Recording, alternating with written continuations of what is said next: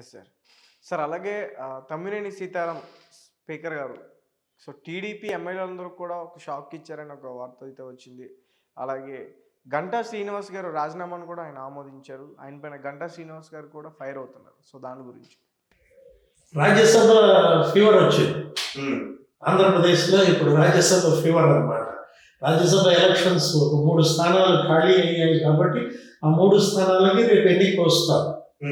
ఈ వస్తున్న పరిస్థితుల్లో తెలుగుదేశం కనుక అక్కడ అభ్యర్థిని నిలబెడితే, వైసీపీ అభ్యర్థి కనుక ఓడిపోతే ఇది ఒక అప్రదిష్ట. రేపటి లోక్సభ ఎన్నికలకు ముందే ఉరుగులేని పిడుగులాగా రాజ్యసభ ఎన్నిక వచ్చి పడింది. ఇప్పుడు ఈ పిడుగు బారి నుంచి ఎలా తప్పించుకోవాలి?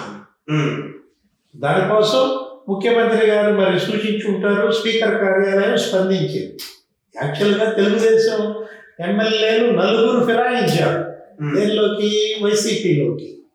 ఫిరాయింపుల వ్యతిరేక చట్టం ఈయన తీసుకొచ్చారని బిల్డప్ ఇచ్చాడు ముఖ్యమంత్రి అయిన కొత్తలో జగన్మోహన్ రెడ్డి గారు. అప్పుడు ఇదే స్పీకర్ తమ్మినేని సీతారాం గారు కూడా పొగిడారు.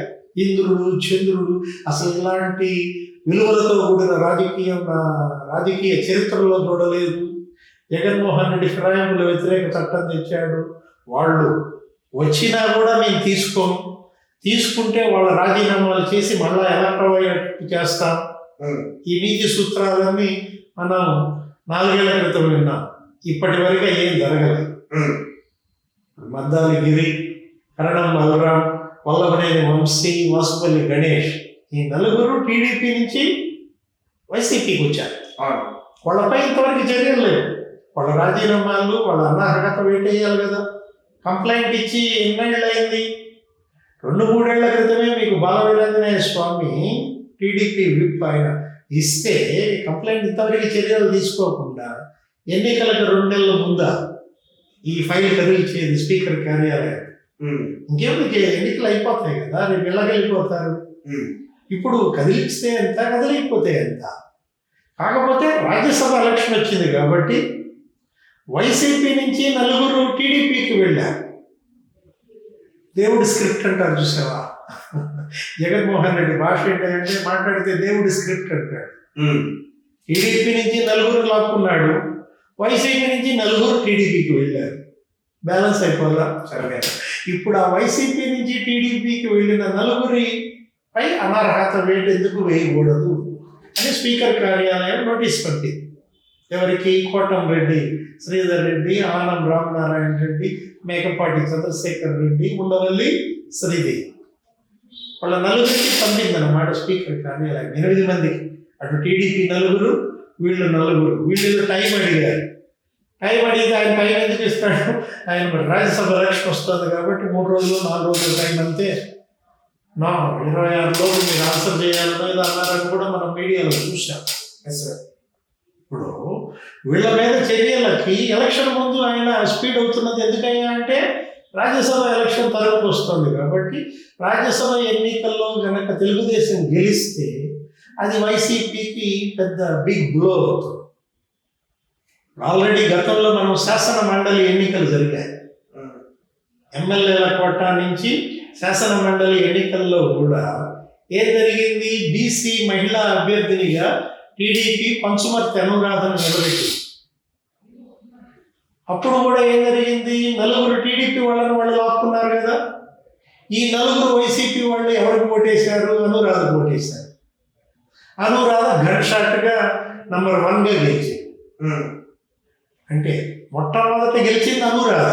అవును సార్. ఇదేంటి వైసీపీ వాళ్ళు గెలవకుండా అనురాధ గెలిచిందని అక్కడ ఉన్న ఎన్నికల అధికారులంతా బిత్తరపోయారు. 4 వైసీపీ ఎమ్మెల్యేలు అటు ఓటేశారు. దేవుడి స్క్రిప్ట్ అన్నది ఆమె కూడా. పంచుమర్తి అనురాధ బయటకు వచ్చి నేను గెలిచానంటే జగన్మోహన్ రెడ్డి గారు అది దేవుడి స్క్రిప్టే అన్నది.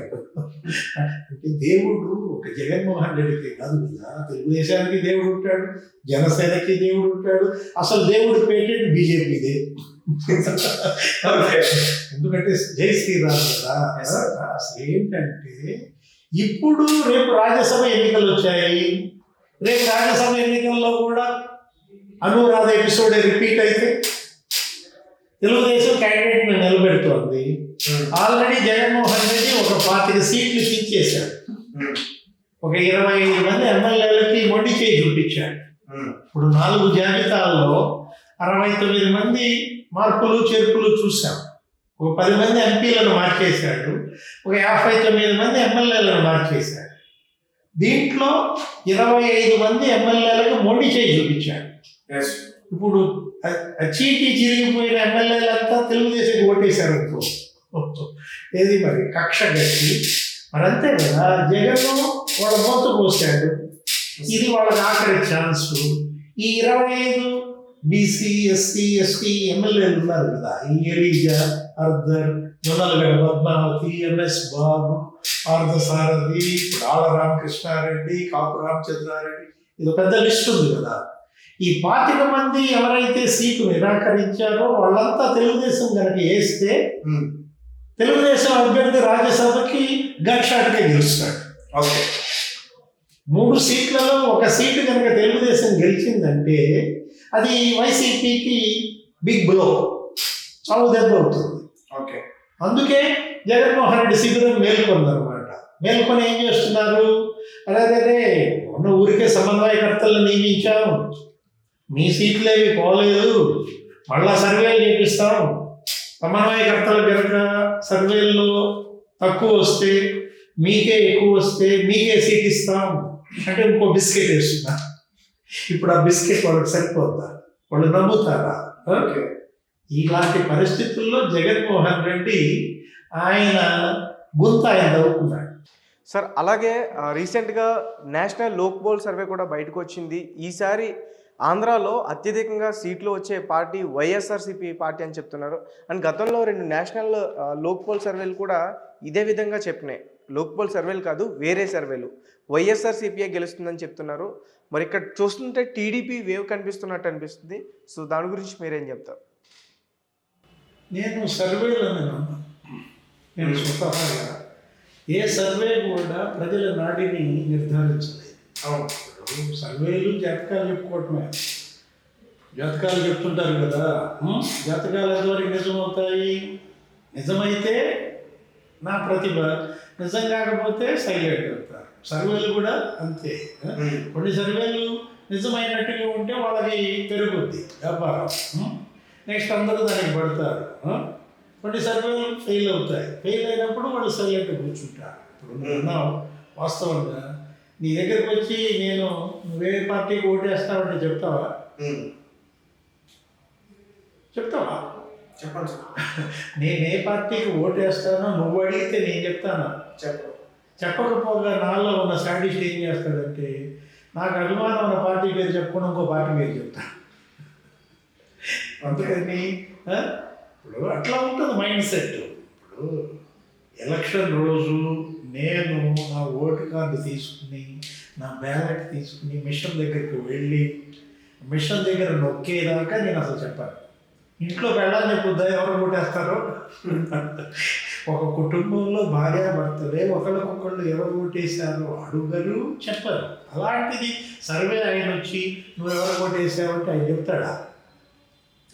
ఆ పునాదుల మీద నిర్మించిన సర్వేలు అన్నీ కూడా బోగస్ సర్వే. ఇవన్నీ కూడా ప్రతి సర్వే బోగస్ అంతే, ఇంకా అందులో నో డౌట్ ఎట్ ఆల్.